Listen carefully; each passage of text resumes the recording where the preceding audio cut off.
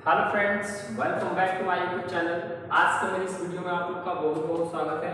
और आज का जो वीडियो है उन स्टूडेंट्स के लिए है या उन भाई या दोस्तों के लिए है जो अभी बीएड का अपना एंट्रेंस एग्जाम देकर आए हुए हैं और उनका फाइनली रिजल्ट भी आ चुका है और उनकी आगे की कार्रवाई जो है, जो भी प्रोसीजर है वो बाकी है।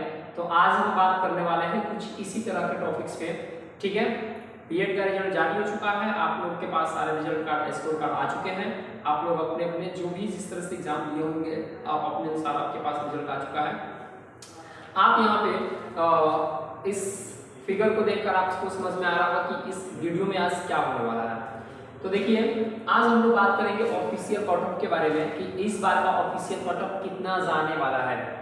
ठीक है, अभी मान लीजिए कि सबको सब लोग हाई एग्जाम देता है तो उसका थोड़ा सा एक ख्वाहिश होता है कि हमको गवर्नमेंट कॉलेज चाहिए।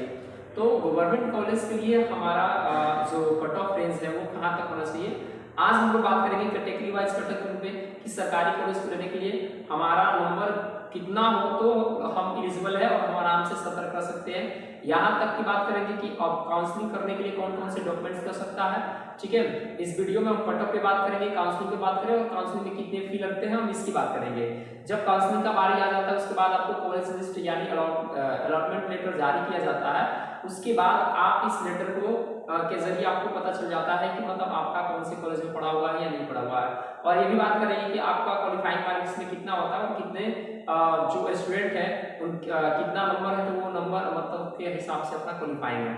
ठीक है, तो देन हम लोग लेट नहीं करेंगे और आज का वीडियो जो है, आज का सेशन जो है हम लोग शुरू करते हैं। बहुत कम समय में सारी चीज को जानने की कोशिश करेंगे। चलिए स्टार्ट। देखिए, सबसे पहले तो आज हम लोग कट ऑफ के बारे में जानते हैं और इसमें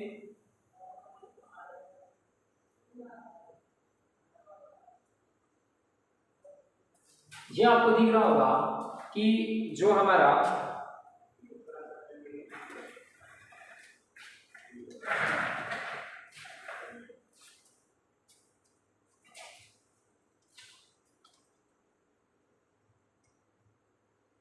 Bihar BEd 2024 qualifying mark, the category wise minimum qualifying mark required in Bihar BEd CET 2024 is as follows. मतलब कि हम लोग कैटेगरी वाइज बात करने वाले हैं कि कितना नंबर आता है तो हम लोग बीएड के एग्जाम में क्वालिफाई कर जाते हैं। ये सारे लोग ये बात पता है कि टोटल जो हमारे पास जो मार्क्स है वो टोटल मार्क्स हमारे पास कितने होते हैं। 120 का पेपर होता है, 120 नंबर का हमारा पेपर होता है और 120 में कितना नंबर लाने पर हम लोग क्वालिफाई कर देते हैं। जो लोग क्वालिफाई है वही लोग काउंसलिंग कर सकते हैं, अन्यथा काउंसलिंग में वो लोग न करें जो लोग क्वालिफाइड हैं। जिनके स्कोर कार्ड पे क्वालिफाइड नहीं लिखा गया है वो लोग काउंसलिंग नहीं करेंगे। ठीक है, क्वालिफाई मार्क के लिए तो आपसे बात करते हैं कैटेगरी वाइज। यहाँ पे देखिए क्वालिफाई मार्क को हम लोग देखेंगे कि जो अनरिजर्व कैटेगरी वाले बच्चे हैं है ना, उनके लिए 120 में कम से कम 42 मार्क्स की आवश्यकता होती है, यानी 35% की आवश्यकता होती है। तब वो जो स्टूडेंट होते हैं वो क्वालिफाई करते हैं और वो लोग ही काउंसलिंग के लिए एलिजिबल हैं। ठीक है, आपके स्कोर कार्ड पे ये डेटा लिख दिया होगा। आगे देखिए, जो एससी एसटी कैटेगरी के बच्चे हैं उनके लिए 30% मार्क्स की आवश्यकता है। लगभग 120 में कितना नंबर चाहिए, कम से कम 36 नंबर की आवश्यकता होती है। इतना नंबर आते हैं तो आप क्वालिफाई हो जाते हैं। उसके बाद देखिए, बीसी और ईबीसी या डब्ल्यूबीसी यहाँ पे चाहे दिव्यांग कैटेगरी के जो भी है उनके लिए भी यही मतलब क्राइटेरिया रखा गया है। 120 में कम से कम आपको 36 नंबर लाना होगा, आप क्वालिफाई हो जाइएगा। ठीक है, आपके स्कोर कार्ड में यदि क्वालिफाई लिख दिया गया तो बहुत खुशी की बात है, आप काउंसलिंग कर सकते हैं। आपको हो सकता है तो गवर्नमेंट मिले ना मिले, आपका थोड़ा सा अगर स्कोरिंग ठीक नहीं है तो आप प्राइवेट कॉलेज में आराम से एलिजिबल हो सकते हैं। कम से कम मान लीजिए कि सरकारी और मतलब प्राइवेट मिला के अगर दोनों कॉलेज की बात करें लगभग 37,000 के समथिंग, मैंने 37,000 के समथिंग अगर हम लोग बात करते हैं तो हमारे बीएड में सीट है पूरी बिहार में। चलिए हम लोग आगे टॉपिक से बात करते हैं। कुछ हम लोग को जरूरत होता है कि काउंसलिंग जब हम लोग कराने जाएंगे, रिजल्ट तो सारे लोग का आ ही गया है, काउंसलिंग कराने जाएंगे तो कौन कौन से डॉक्यूमेंट्स की आवश्यकता होगी और कौन कौन से डॉक्यूमेंट्स हमारे पास होने चाहिए। तो सबसे पहले काउंसलिंग के टाइम में ये देखिए पहले कंटैक्ट डिटेल्स में हमको ईमेल आईडी, मोबाइल नंबर की आवश्यकता पड़ती है और रेसिडेंशियल एड्रेस, आपके पास निवास वगैरह होगा तो ये जरूर रखिएगा, इसकी भी आवश्यकता पड़ेगी। किसी तरह का मतलब कि एड्रेस प्रूफ की आवश्यकता आपके पास जरूर होगी। अगर मार्कशीट की बात करें तो मार्कशीट में आपको 10th का मार्कशीट होना चाहिए, 12th का मार्कशीट होना चाहिए, फिर ग्रेजुएशन का भी मार्कशीट आपके पास अवेलेबल होना चाहिए, क्योंकि ये काउंसलिंग के दौरान आपसे मांगे जाएंगे। और आपको और बताते हैं कि जब ये लिस्ट में नाम जब आ जाएगा मतलब जहां आपका पढ़ने वाला है, इसके बाद भी आपको याद रखना चाहिए कि आपको जितना शुरू से अभी तक आपने फॉर्म फिलअप किए थे, जो भी डॉक्यूमेंट्स आपके पास है, शुरू में फॉर्म भरवाया थे वो डॉक्यूमेंट्स, उसके बाद आपका एडमिट कार्ड आया वो डॉक्यूमेंट्स, फिर आप काउंसलिंग कराने जाइएगा, फिर वहां से आपको कॉमन एप्लीकेशन फॉर्म मिलेगा वो डॉक्यूमेंट्स, जितना फॉर्म भरने में अपना ओरिजिनल डॉक्यूमेंट्स का इस्तेमाल किए हैं, 10 का, 12 का, ग्रेजुएशन का, ग्रेजुएशन में भी ध्यान देना है कि आपको जो भी प्रोविजनल मिलता है वो, अगर बहुत लड़के जो नहीं होते उनको नहीं मिला रहता है, वो लोग एप्लीकेशन लिख सकते हैं, बाद में अपना डॉक्यूमेंट जमा कर देंगे। जाति आपको एकदम पास रखना होगा, जाति निवास आय, ये 3 चीज आपको एकदम ग्रांटेड के साथ रखना होगा। क्या हम आगे बताते हैं, आईडी प्रूफ में भी आपसे कुछ प्रूफ मांगा जाएगा, तो ये सारा प्रूफ तो आपके पास जैसे एड्रेस प्रूफ में पैन कार्ड हो गया, ड्राइविंग लाइसेंस हो गया, ये कोई आवश्यकता नहीं है। आपके पास आधार कार्ड है, ये इतना एलिजिबल है, आप आधार कार्ड के जरिए ये काम कर सकते हैं। आधार कार्ड के जरिए आप जो है आईडी प्रूफ के रूप में आपका काम किया जा सकता है। कैरेक्टर के रूप में कैरेक्टर सर्टिफिकेट हो सकता है आपसे मांगा जाएगा, आपको मिला होगा, कह रहे हैं कि कास्ट सर्टिफिकेट इफ एप्लीकेबल, हालांकि हम बोल रहे हैं कि एप्लीकेबल है, ठीक है, आप कास्ट सर्टिफिकेट जरूर रखिएगा क्योंकि आपको काफी फायदेमंद है होने वाला है। उसके बाद आपके पास टीसी जरूर होना चाहिए, जो भी है आप ग्रेजुएशन किए हुए आपके पास ग्रेजुएशन का टीसी होना चाहिए, ठीक है। ये आपसे मांगा जाएगा जब आपका कॉलेज में डॉक्यूमेंट वेरिफिकेशन होगा, वहां पे मांगा जाएगा, आपको काउंसलिंग के दौरान इसका आवश्यकता आपको नहीं पड़ेगा, ठीक है। तो सर्टिफिकेट में कैरेक्टर सर्टिफिकेट आपको कहीं ना कहीं से या तो बनवा लीजिएगा कैरेक्टर सर्टिफिकेट, अन्यथा आप स्कूल में भी कैरेक्टर सर्टिफिकेट आपको प्रोवाइड कराया जाता है, मिलता होता है, वो कैरेक्टर सर्टिफिकेट लगा दीजिएगा, हो जाएगा।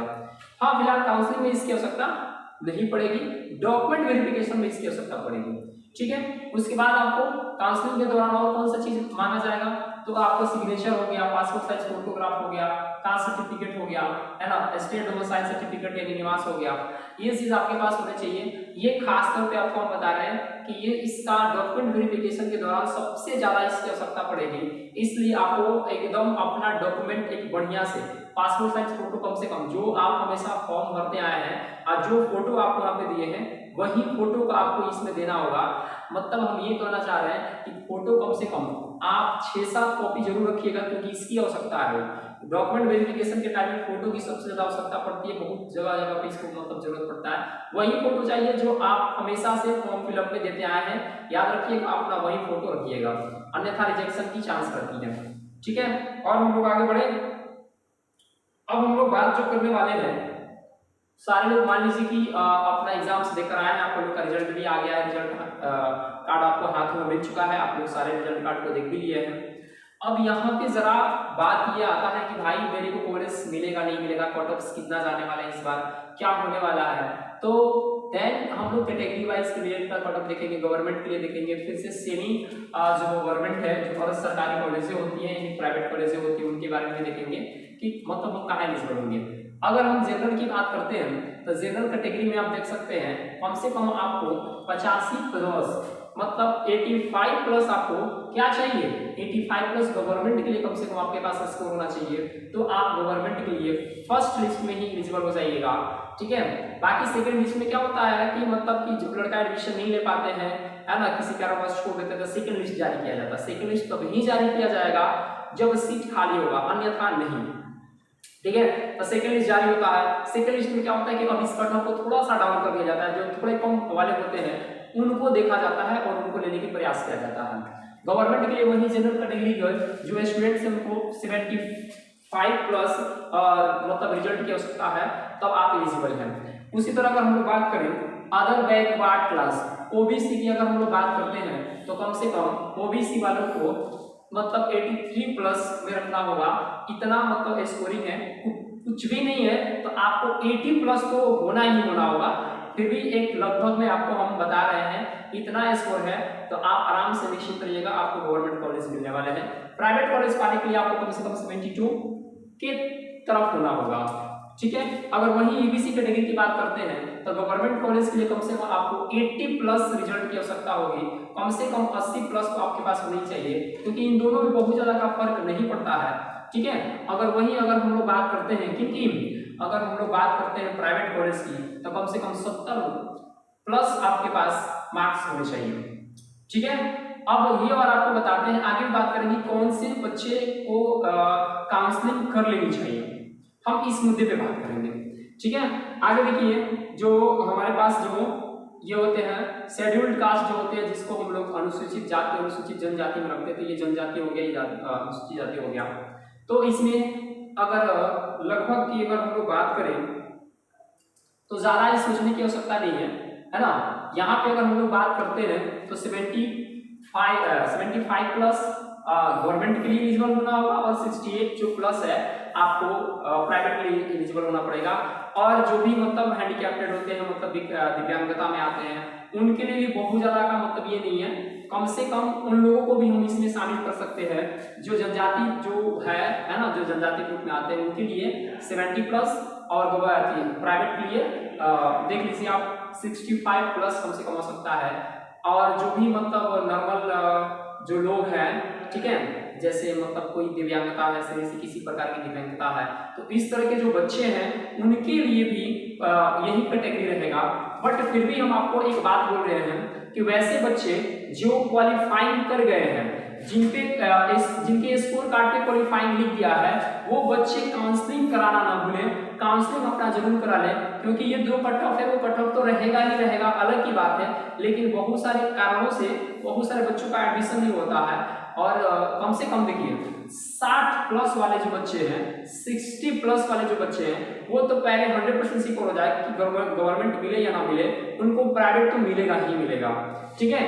क्योंकि बहुत सारे बच्चे क्या होते हैं, किसी कारणवश छोड़ देते हैं, नहीं रहता है, चाहिए नहीं रहता है, अभी ऑफिशियल में क्या होने वाला है, फर्स्ट सेकंड थर्ड लिस्ट कहाँ तक जाता है, स्पोर्ट एडमिशन भी आ जाता है, ठीक है, जब सीट नहीं बढ़ती है तो कहने का मतलब यह है कि आप लोगों को डरना नहीं है, 60 प्लस वाले एकदम निश्चिंत रहेंगे। बाकी जो लोग क्वालिफाइंग है काउंसलिंग जरूर करेंगे, क्योंकि उनके पास पूरी अपॉर्चुनिटी रहेगी प्राइवेट मिलने की, ठीक है। तो क्वालिफाइंग वाले जो भी बच्चे होंगे वो जरूर अपना क्या करेंगे, अपना जो भी हमारे बताया काउंसलिंग जरूर करके रखेंगे। यदि इससे संबंधित किसी प्रकार की आपको अगर जानकारी चाहिए तो आप मेरे कॉन्टैक्ट नंबर पे संपर्क कर सकते हैं 725494595986, और इस तरह की जानकारियां भी आपको दिया जाएगा।